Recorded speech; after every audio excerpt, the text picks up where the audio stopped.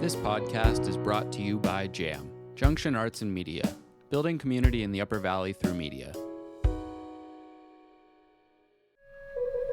This is Screaming in the Darkness, very special show. We are back. We've been off for a while, and we're back here with David Vincelette, and I'm Ryan Clausen, and we have a special guest on the show today for the first time, my brother, Sean Thomas Clausen, Sean T, a.k.a. Crunchy Bits, joining us in the studio at an undisclosed location. We never tell people where we record the show because David no one's come looking. Because David is a whistleblower for the pollution. He's been fighting Dartmouth College for decades for them dumping parking lot scraps into the brook. And the people at Dartmouth, they want him arrested and put in jail. And he's been fighting with the town of Hanover for decades. We talk about very sensitive things here, and we're afraid for our safety. And so we never let people know where we are or where we're recording the show. I feel so much safer. That's terrible. Crunchy Bits is our co-host today. But Dave, I know you are chomping at the bit. This is Screaming in the Darkness, where we expose the real truth, what's really going on in life, the things that you just can't get anywhere else. And I know you're chomping at the bit. You have some major updates for the people. What's going on, Dave? Well, I had my 40th year class reunion at Dartmouth. 40th year? Yeah, it was actually 39, but they lumped us in with other classes, so they call it our 40th. But 39th reunion, it was an amazing spectacle where my classmate, who was chairman of the reunion, is now the incoming president of our class, was baptized by another member of our class down at my waterfall. It was just a magical moment where a bunch of people came together to make it happen, and it was just a high point of my decade. I was there. It was incredible. I watched your dream happen. You had an African-American, Native American minister in a white robe get into your body of water down there, that waterfall dam, and baptize the president of your class. Yeah, it was awesome. With like 30 people looking on. It was incredible, Dave. Yeah, it was nice. And Ryan made me very proud, and Anna made me very proud. Anna made 2 beautiful cakes, had cake for everybody. And Ukrainian apple cake. Yeah, it was lovely. Dave, and it was great, because that was a positive moment in your life, which is extremely rare that you have one of those. No, I'm constantly blessed with amazing things. It's just, this was such a synchronicity. It took decades to come to fruition, and it still hasn't sunk in. It's going to be talked about by the class and by the school for a long time. Was the president baptized into the Christian faith? Yes. Huh. Yes, and he was a former Muslim. No kidding. Yeah, from Turkey. Converting the Muslims to Christianity right One at a time. Shantytown. Right in your backyard. Good job. We almost had a couple accidents, but luckily no one was injured this time. The last time we went down there, had a gathering at the waterfall, my mom fell into the waterfall, and I thought she died in my arms. Oh, split her head. Yep, split her head, rushed to the hospital. Nightmare. Absolute nightmare. And then this time, another woman slipped and fell. Jesus. On her bum. Another one? On her bum. And then the minister almost went over the Really? waterfall. Really? Should we get some handrails down there or something? It's the beauty of nature. Come on and get baptized in the wonderful baptismal at Shantytown as you slip on a rock and die. Jesus. You're in, you're out. Full service baptism. Fourth service. Yeah. The only way Dave can get anyone to give him attention is to have someone slip and almost die on his property. Then the services will come. Yep. Yeah. They put a fence across your property. They cage you in like a wild animal for years, Which I am. which you are. You asked them to come take the fence down. They ignored you for 2.5 years while they polluted your brook with parking lots. Yep. Jesus. And made us drink from the brook because they had our water shut off. Well, they had everything shut off. They shut your water off. They polluted your brook. You asked them to help with your driveway like the deed says. And they treated us like criminals, but now it's all gone full circle, and they see what we were trying to do with the brook was help people. Help people with the brook. Trying to share a sacred place. And it's going to all come down. Hey, Dave, I hear you're back in court soon. What's the deal with that? Monday morning. They arrested me 3 times for trying to speak at the selectmen's hearings. They didn't want me to speak, so first they told me I could no longer speak at the other business portion of the meeting. Then they said they wouldn't answer my questions. So for 6 years, they wouldn't answer my questions. And then they started saying, well, you've spoken for 5 minutes, that's enough. And I realized that they had let other people speak for as much as 20 minutes. So I said, no, I'm not going to leave. So they arrested me. So that went on 3 times. Finally, I was given a court date, and we had a hearing. And the judge, at the end of the hearing, instead of making a ruling, advised me that we have another hearing. And I'm trying to understand, because my concept of justice is there's a hearing and then there's a decision. He made the second hearing for months after the first hearing, so I've been in limbo about speaking at select board hearings. You've been trying to speak for over 5 minutes, and this whole thing is hilarious. Yeah. It's just it is kind of hilarious. But you can see... You've been arrested by the cops. I've been arrested. I've been silenced. I've been... Dave, you are an environmental hero. Well, that no one knows about. I have a duty under the Constitution. I swore an oath as an officer to defend the Constitution from all enemies, foreign and domestic. So I've been patiently going to every level of law enforcement and bringing my case. And just no one cares about it. It's nobody cares. And I've been telling you to get over it, forget about it. Dave, stop droning on about them polluting the water. No one cares. Let it go. Yep. But you don't let it go. I can't. I have a duty. I have a sworn oath. What am I going to do? And I live there right by the brook. We skinny dip in the brook every day, and I'm not going to give up You're not going to give up being naked in that brook. Never. Nope. Not as long as I can bear the cold. They're trying to take your rights away, Dave. They're trying to take my rights away, and not only do I have a duty to protect my own rights, but I have a duty to stand up for all the guys who didn't come home. What would they think of me if they thought I'd just let the government trample me and pollute my children? I have to stand up. I have to keep fighting these sons of guns. And it's all going to turn. They've already stopped dumping the stuff. They just haven't admitted what they've done. Dave was a disabled veteran who wasn't receiving his disability pay, so he couldn't pay his property taxes, and they took several of his homes, and they knocked him down. They smashed him down to the ground. Yep. They didn't like the fact that I built things from the ground up by buying old wrecked buildings and fixing them up with used materials. They thought it was against their zoning because they want people to move in with lots of money, buy a nice home or build a new home with architectural designs. They looked down their nose at me because I bought properties that were built by low-income people, and they didn't want me building in their town. So they found ways to shut me down and bulldoze my properties. It isn't right, and it's all going to come out in the wash. I don't think any of it's going to come out ever in any wash. No. Hey, Sean, what do you think if you were hired as Dave's advisor, his life coach advisor? Would you encourage him, hey, why don't you, have you ever thought about... How much are you charging for that? Would you ever think about, hey, Dave, you've been complaining about the town dumping asphalt in your brook for decades.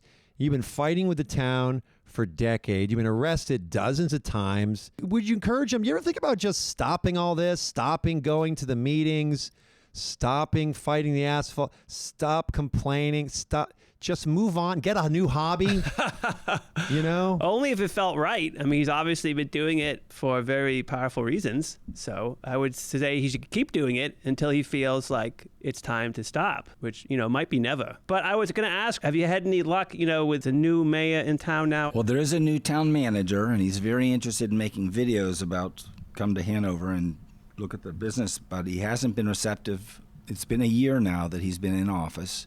And I called early on, asked him to meet with me, and he's ducked me for a year. So when I go to the selectmen's meetings, I always point that out to him. You have to understand his perspective, though. When he got hired, the whole select board gathered around him and were like, hey, Alex, you got to know about this psycho that comes to all our meetings. His name is Dave. He's insane. He's violent. Why do people have such a thing against insane people? That's true. I agree with you. But I'm just saying, he's a town manager, and he comes in, and he probably has every member of the select board be like, this guy is a violent, crazy lunatic. Yep. And we've been dealing with him for years. And you can't blame the town manager for listening to his select board. Right. And I point out to him that he was elected by a group of criminals who have hired him to hide criminal polluting of state waters, which you can see. All you have to do is look at the records from the state who found that they were polluting Mink Brook. And they also want to hide the fact that they held human beings in a concentration camp for 25 and a half months. It's never gone before the law enforcement at the state level or the FBI. Now, Dave, when you say concentration camp, do you mean like, I think like Auschwitz, and they're like... I'm not saying death camp, but I said it was a place you where said they... concentration camp. Concentration. Did you mean to say small, flimsy fence that they built across your driveway? Dave is angry because the town built a fence across his driveway because they didn't know where his driveway was, and they're incompetent. They didn't just build a fence across my driveway. They built a fence completely around my house, including my driveway. Yeah, and then they gave you a shovel and had you dig trenches all day, and then they left their road. They left their road washed out down to their sewer clean out. And when we called for help and said, we were having trouble just even walking on the road, they just laughed at us and left us there for the winter. Never came to check on us, never came to bring wood, water. I have to admit, I still hold it against them. The fire department refused to come, and later the deputy fire chief told me... At your ceremony, at your land, the key word that they talked about was forgiveness. Right. They said that was the word, forgiveness. Do you think it's time for you to forgive Dartmouth College and the town of Hanover, to forgive them for polluting the brook and mistreating you? Does giving mean forgetting? No, you don't need to forget, but can you forgive them, Dave? I've forgiven them in such as I'm not going to kill them. Which is my initial reaction and my right under the law. When our First Amendment rights, our freedom of religion and our freedom of speech is attacked, we're allowed to defend it with arms. I've never done that. I've just attacked them with free speech.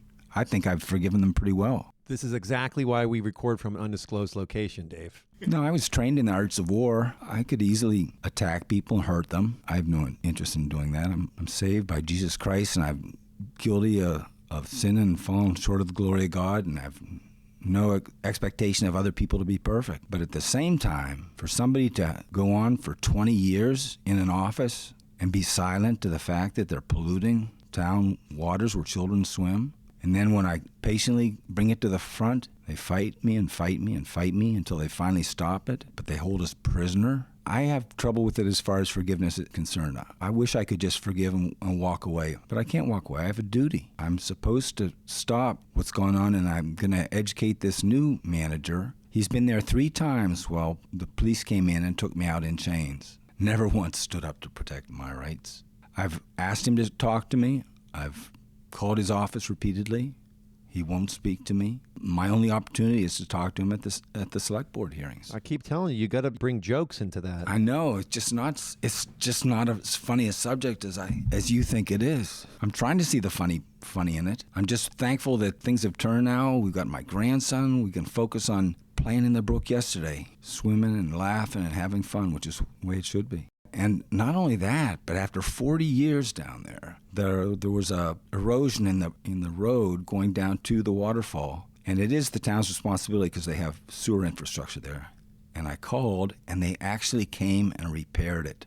They brought a vehicle right out within 2 days and scraped it nice and put the old bumps back in that helped drive the rain away from the washing out the road. This is amazing. I think things are going to change. Town managers changed. There's a lot of change in the wind. Don't give up on my long battle. Don't think I need to give up just yet. Never give up. I never want you to give up. I want you to die clutching a chunk of asphalt waste. That's hopefully the way I'll go. And screaming like you did. In the darkness. Yeah. Screaming like you did when you went to talk to the president of Dartmouth, and then they jumped on you and carried you out in chains. Well, it's easy to scream when they're chaining you hand and foot. Front page of the Valley News, David was handcuffed in chains, screaming, "They're polluting our children. They're polluting our children." No one really put, everyone thought Nobody you were even just, cared. Well, they thought you were just a lunatic. Yeah. They didn't realize what was really going on. Yeah. But they did listen when you made an observation about the weather vane on top of Baker Library, right? Yeah. Dave's biggest success. Dave's biggest moment of his life, his biggest achievement? No, I think this is bigger than that. Dave, you got $10 billion university to take down their 100-year-old, 600-pound brass Copper, yep. copper weather vane. Yeah, it was important. That's going to be on your gravestone. Probably. Here lies David Vincelette. Son of a bitch who took down the weather vane. You should actually try to use it maybe for your gravestone. Remodel it. And God, we've been over this before. Your story is riveting. You know, there's nothing people want more while they're driving around town, taking a jog through the park, than to listen to David Vincelette's life and the polluting of the brook with the asphalt and that racist weather vane that they had on top of that library. It was demeaning to the native people. It was drug-addicted young man given alcohol by a white guy sitting on a stump that was made by slaves. That's true. Let me slow that down. It is true that, you know, the rich $10 billion institution, Dartmouth College, did use black slaves to clear all their land. And their vision of their school was to basically teach Native Americans Christianity, to convert Native Americans, which is like the most racist school aim ever. So the weather vane was actually historically correct. What it was basically an advertising slogan that was competition for the weather vane. And somebody pulled a bunch of different symbols together from Dartmouth's past, the barrel of rum and the pine tree and the Native American and a peace pipe, and put it all in one little picture. But it's really just a cameo. It was only built in 1928. It wasn't from the beginning of the college or anything like that. It was just a racist stereotype about Native Americans, and it wasn't a very Christian symbol to make light of the fact that alcohol and tobacco had devastated the Native Americans, and that Dartmouth had failed to live up to its promise. It was supposed to be a school for Native American missionaries. It's not. They took the money and ran 200 years before they started admitting Native Americans on a regular basis. So it was just wrong. And this is why I throw my trash in the Dartmouth trash receptacles. If there's ever functions around Dartmouth, I go there with Tupperware and take their salmon and their lox. And it's also why I use their bathroom for years to bathe homeless people. I guess they've paid in full. I was like, you racist $10 billion bastards. I'm going to use this school for everything I can. That's what you do, right? I mean, if you have racist, corrupt... They're no longer racist, corrupt. Oh. Well, I mean... So I've just been breaking into a school to some bathe corruption. homeless people. I've been disappointed with their actions, but they have made a huge turn in 1973, I guess it was, where they started really standing up for their past. The bottom line is there's a baker's dozen functions going on all over the campus daily where there's cheese, crackers, and salmon. No kidding. Everywhere. I'll believe it. A lot of them are open to the public. There's some speaker from somewhere. They're all generally Right. as boring as could be. And there's all these talks going on, endless professors visiting. There's all sorts of functions happening at this $10 billion institution. The amount of free food, and half the people who work there are at the disability center that I teach acting to. That whole Dartmouth College is based on these kids with disabilities who feed everyone all this food. So most of this food is being thrown away. No one's using it. And There's a lot of waste. there's a lot of waste. I saw that. And so it's the least we can do. So if you're listening to this, go to Dartmouth. Grab a fork. Bring your Tupperware. Wander around campus until you stumble into some boring functions and start eating grapes and crackers. Throw your waste out in their trash cans. Use their bathrooms. If you have to have a bowel movement, don't wait till you go home. Shit at Dartmouth. SAD. Use their plumbing. Shit Use at their Dartmouth. water. Use their toilet paper. That's our job. That's how we right wrongs. 2 wrongs make a right, something like that. Yeah, I have a technical observation. I think David should sit where you're sitting, and you should sit where David's sitting. Yeah, so his mic's closer to his face. Because he will not bend over to that mic. He's got to have the mic closer. I will try to make a change. That one will be easier for you. Change actually is impossible. It never happens. And the only way you could do it is you have to force change. It's the only way it force happens. change. Yeah. Ooh, let's get into this. Tell us more about this forcing change.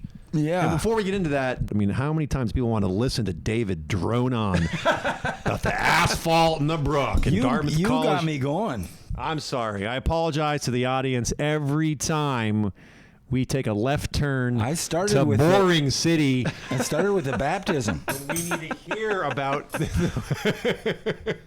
Exactly. You started with a baptism. But it must be nice now being in the brook with your family, your friends, your classmates. baptisms and knowing at least that there's no more asphalt waste drifting your way, right? Yep. Yes. That must feel nice. Very nice. Yeah. No, I've been blessed with progress. That gives me a taste that things will get even better, I believe. Yeah, celebrate the positives. I am. I know that our listenership is growing. People are talking about the show all over town. They can't Oh my get enough. gosh. They're dying for the next episode. Yep. Every time I go for a walk outside, I bump into someone. They go, what's going on with the asphalt? What's up with Mink Brook? How's Dave doing? Tell us the details about that weather vane. I mean, people are dying to know. It's true. More truth. More truth. You do hear people talking about Dave quite a bit. I've noticed that recently too. I'll even be like at Dartmouth College on a computer, and I will hear a conversation about David Vincelette happening behind me.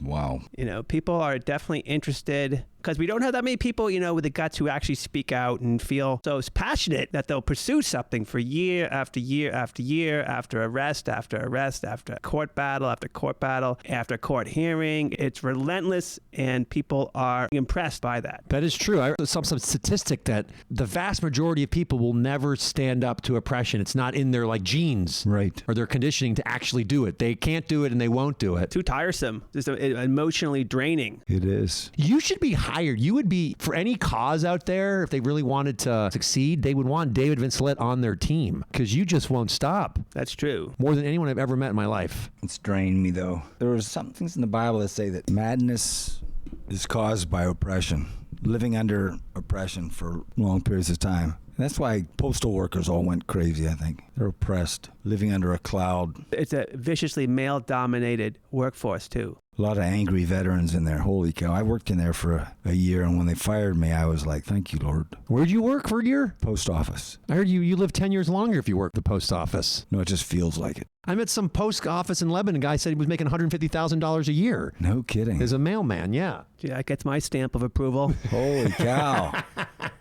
Signed, sealed, delivered. I don't mess with keys and locks. I just put it in their box. I'm your mailman. Yeah. That's amazing.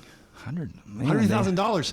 I know. It almost made me think about coming out of retirement. Yeah. You know, I retired 10 years ago. At least, yeah. At least 10 years ago. Every now and again, I go, maybe I should get a job and actually be gainfully employed and make some money so I can... How do you get rid of the feeling? of Thinking about working? getting a job. Oh, God, great question. Thank you. Yeah, how do I get rid of that feeling? It sort of comes, and then, you roll a joint. Yeah. Or you Big fatty. eat some mushrooms or something, Yeah. and then you just forget all about it. Huh. And you think you were crazy. You're like, oh my God, I almost think about working. I almost thought about getting a job. I haven't had a job in over a decade. Live with my mom, so happy. Don't have any money. Don't need any money, don't want any money. And Oh, shoot. I was blessed with an amazing family. What do I got to say? And recently, you've been asked to serve on a member of a board. Someone's paying attention to what you're doing. It's true. It's incredible. Is this going to be your first board? This is the first board. I'm a member of the Spark Community Center of Disabilities. This place is amazing. I teach acting there every Wednesday. All sorts of disabilities, you name it, from Down syndrome to deaf to blind to the variety is endless. They're the most amazing, nicest people I've ever met in my life. They're so sweet. They're so sincere. Noticeably more sweet, more kind, more sincere than the other regular general public that I've encountered up till now. And I'm like, I've discovered this great place. Everyone there is nicer than everywhere else I go. I would concur. I just went for the first time, and I have never met friendlier people in my whole life. Become a volunteer at Spark. You can check spark.org. Become a volunteer. It's in Lebanon. John Fenley started it 9 years ago, and it's just the greatest, coolest place ever. Someone said you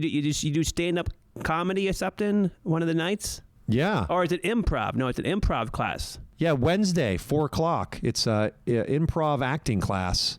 We play improv acting games. It's tremendous. It's really actually changed my entire life working with these individuals. There's this one woman who is in the best mood of anyone I've ever met ever. She is so positive. She's just excited, and she's so happy, and she's blind, mostly blind. And I had a conversation with her, but she can hear really well, and her sense of touch is really good. Maybe because of her disability or her impairment, just loves people and is so happy. Like she's kind of always almost jiggling with a euphoric joy of being alive, and just walks into the room and consistently every week is in that type of mood. Yeah. Your average person isn't that happy. No. Your average person walking down the street that you see in a coffee place, that's standing in line at the bank, that's driving somewhere in a car, walking in a park. If you look at them, they generally aren't bubbling with joy. Going to their job. Going somewhere. Everyone's so busy. And so we do this activity where we just lay on the ground. We get into sort of a joyful, I go, hey, we're just going to get really happy and focus on our sunny hearts, this place of delightful joy. And every time I'm going to count, I'm going to start counting. And the more I count, the more intense this joy is going to become. I've done this with certain groups, and it can often not really work. People think it's kind of awkward and strange. And they go, what are we doing laying on the ground? When I do it with them, by the time I say number 3, people are screaming. People are writhing on the ground, and the whole room is just laughing. And it's so funny that we completely missed people with disabilities. I had no access to them until I joined this community center. No access, wasn't with them, didn't talk to them, didn't see them. When I first started going there, the way I looked at it was, I go to a community center with people with disabilities. Aren't I a good person? I'm doing a good thing. I'm volunteering, and I'm helping these people out. Yeah. But then a couple months in, it's like, I get to go to this place that's really magical and be with these magical people who teach me how to be a kinder, nicer, more empathetic person, because they are. And they're sweeter than me, and they're more empathetic, and they're more present, and it's class. I'm called the teacher. We learn well by being put into environments, like experiential learning. And so going to Spark is like, hey, let's take you and let's surround you with 10 people that are sweet, kind, empathetic, and totally sort of present. Jesus, that sounds super special. And so volunteer for Spark and give your money to Spark. Every Friday, 6 to 8, it's game night tonight. Every Friday is a different party. Fridays, 6 to 8. Sometimes it's dance, sometimes it's singing, sometimes they go on a field trip. We have a movie night. It's called Family Fun Night at Spark, Fridays, 6 to 8. And they're going to be at the farmer's market all summer long. Lebanon Farmer's Market, Thursdays, 4 to 6, I think it is. So come on by and say hi. The founder of Spark would really like more people, quote unquote, who don't have a disability to come. He wants it to be a place where everyone hangs out. Right. People with disabilities, people without disabilities. Just a question, Ryan. Once you join the board, will David Vincelette be allowed to speak at the board meeting? Only for 5 minutes, or else we'll arrest him. David, do you think you could trim it down? Do you think you could limit yourself to 5 minutes and you say everything you have to say in 5 minutes, or is that just asking too much? Do we need the police to be there? These are hard questions. Dave, you can do it. Make it a 5-minute stand-up comedy set. Yeah, work it. I know. Get up there. Bang, bang, bang. Joke. Right on 5 minutes. Thanks. Good night. You've been great. Yeah, I was thinking about doing something like that. Never comes out that way. Yeah, it always comes out angry and mad, and you go, "You guys are a bunch of corrupt liars." Well, they are. This whole place is out of order. Does David need someone there to sit beside him and just give him a little bit of a nudge now and then if he starts getting off the railroad tracks? Chains would be good. Chains. Oh, chains. We should get like all my female friends. We should get a bunch of Both women to the one girl I met when I was 5 from kindergarten. We should get all the women just to have you walk in with like a team of women. 15, 20 beautiful women in dresses. None in drag. Some drag too. Oh, maybe. Why not? Just to change your image up a little bit. You would make you a little less scary, I think. Yeah, why do people think I'm scary? Maybe if you went in dressed in a onesie. You ever thought of that? I don't have a onesie. You got a furry onesie with the hat. With a bunny rabbit tail? Yeah, something. And you got the pull over the hood with the ears. That's the most important part. I think that's a go. 100% go. Yeah. Let's go to Listen and look for that. Wonder if they have them. Listen, by the way. People love Listen because it's a nonprofit organization and they sell a bunch of cheap stuff. But then their CEO was just caught stealing like millions of dollars. Seriously? Yeah. Really? I was wondering why their prices went up. He was taking the money and going to gamble at the casino. No kidding. By the way, there's a casino in town. No one. Yeah, there is. I know. People go, what? I go, yeah, there's a full-on casino. full People casino. are gambling. It's right across the street from the nonprofit Listen that helps poor people. This guy was just He's taking ripping the money off and going across the street, putting money on the roulette tables. No kidding. And he lost like $250,000 that they know about. Holy cow. Don't they have any checks and balances over there? I guess not. Well, they caught him, I guess. Years ago, my daughter told me, she said, "Dad, I don't like shopping over at Listen because everything has a certain smell." I said, "Yeah, that's why they call it Listen, not smell." Dave, cut that. Dave, our editor, cut that last joke out of it. Delete that last joke. Either delete it or just add crickets right after it. Yeah, add some crickets. And in the beginning too. In the whole beginning of this thing, you're gonna need to either speed that up. That was the best. Slice it and cut it because it was about 25 minutes of drudgery. Okay, I think we've had enough. I apologize. Thank you for listening to this Jam podcast. If you have found this program interesting and would like to find more Upper Valley content or learn how to produce your own media, please visit us at uvjam.org.